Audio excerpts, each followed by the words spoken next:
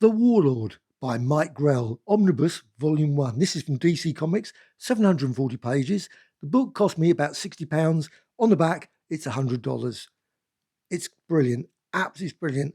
The different thing about this, it's super light. It really feels odd. It's completely different from your standard omnibus. The Warlord, Volume 1 there by Mike Grell. And you can see, enter the lost world of Scarterus. I probably haven't said that right. A savage place where the sun never sets. Death is law and mercy is a myth in this land of dinosaurs, magic and demons. Also, there's a bit of science in there as well. It's sword and sorcery. Few survive, fewer still escape. Well, hopefully at some point he does escape. I don't know, because at the moment I'm only halfway through the book, but it's lovely. So let's just go through it. DC Comics, of course. And now this one just slightly bugs me. This always bends. I'm always... but wow, I mean, look at that. That's just great, isn't it? Warlord there. And got a lovely map. I mean, can't beat a map in a book, can you? Another map there as well. And there it is. Brilliant. Lots and lots of these really great splashes there. I just think superb. And there's the contents. Now, the artwork is by Mike Grell, and Vince Colette's also involved. I know everyone's favourite, of course, Thor, etc., with Jack Kirby. And introduction. And this one's a modern introduction as well, which is brilliant. Also, another great thing about this book, it's got bonus material. Please, please, please, DC, in future, always put some bonus material. I just think it's just brilliant. Here it is, first issue special. I bought quite a few of those first issue specials. I loved them. Also, there was recently a lovely collection of them as well.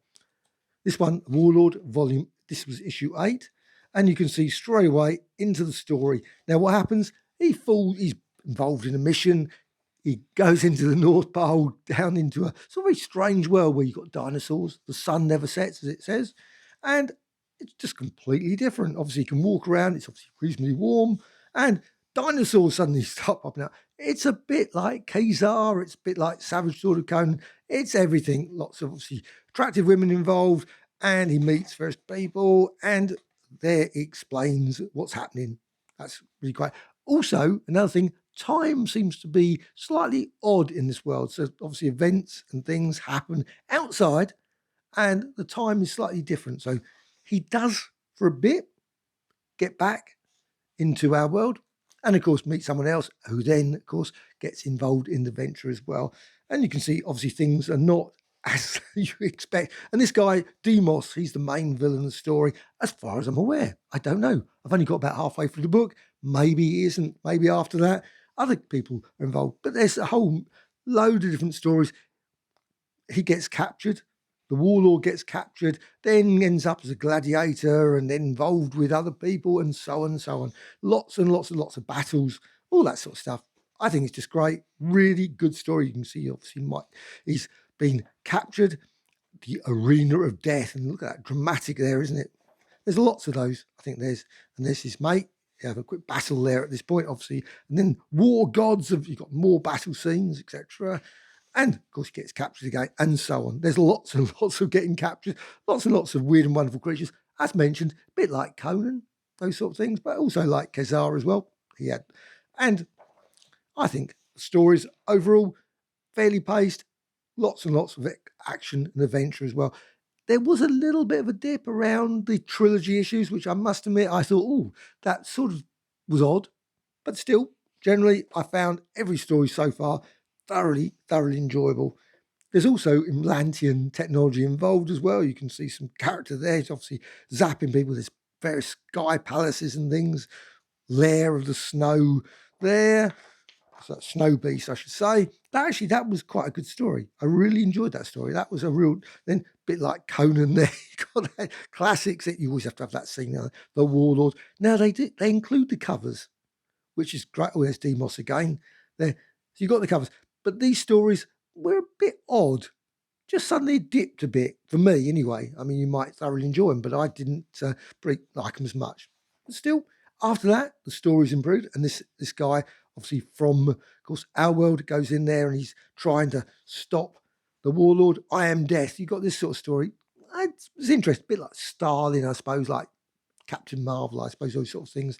But there you got, I love that sort of thing, Holocaust there. And of course, now, that's about as far as I've got.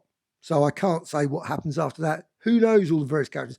but so far, near enough all the stories have been first rate. And there's D. Moss again. Now, whether he stays the main character, the main villain, I should say, I do not know. But I love the covers. Return of the Gladiator. Oh, there, okay.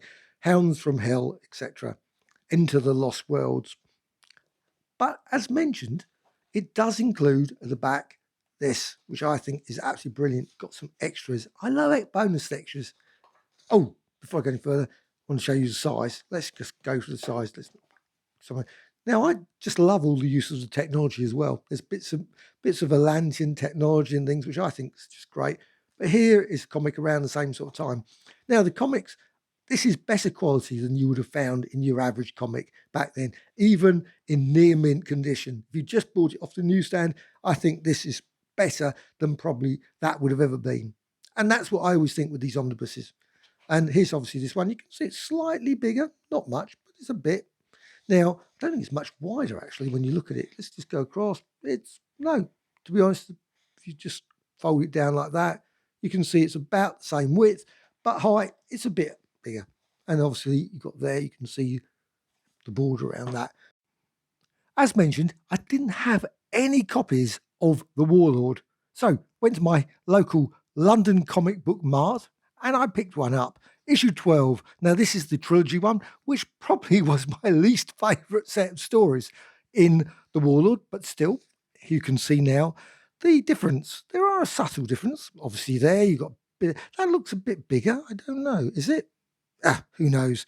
The colours obviously slightly muted. Obviously, it's matte paper, but I think generally it looks pretty impressive. It still looks pretty good. I think the blues have definitely slightly been reduced a bit.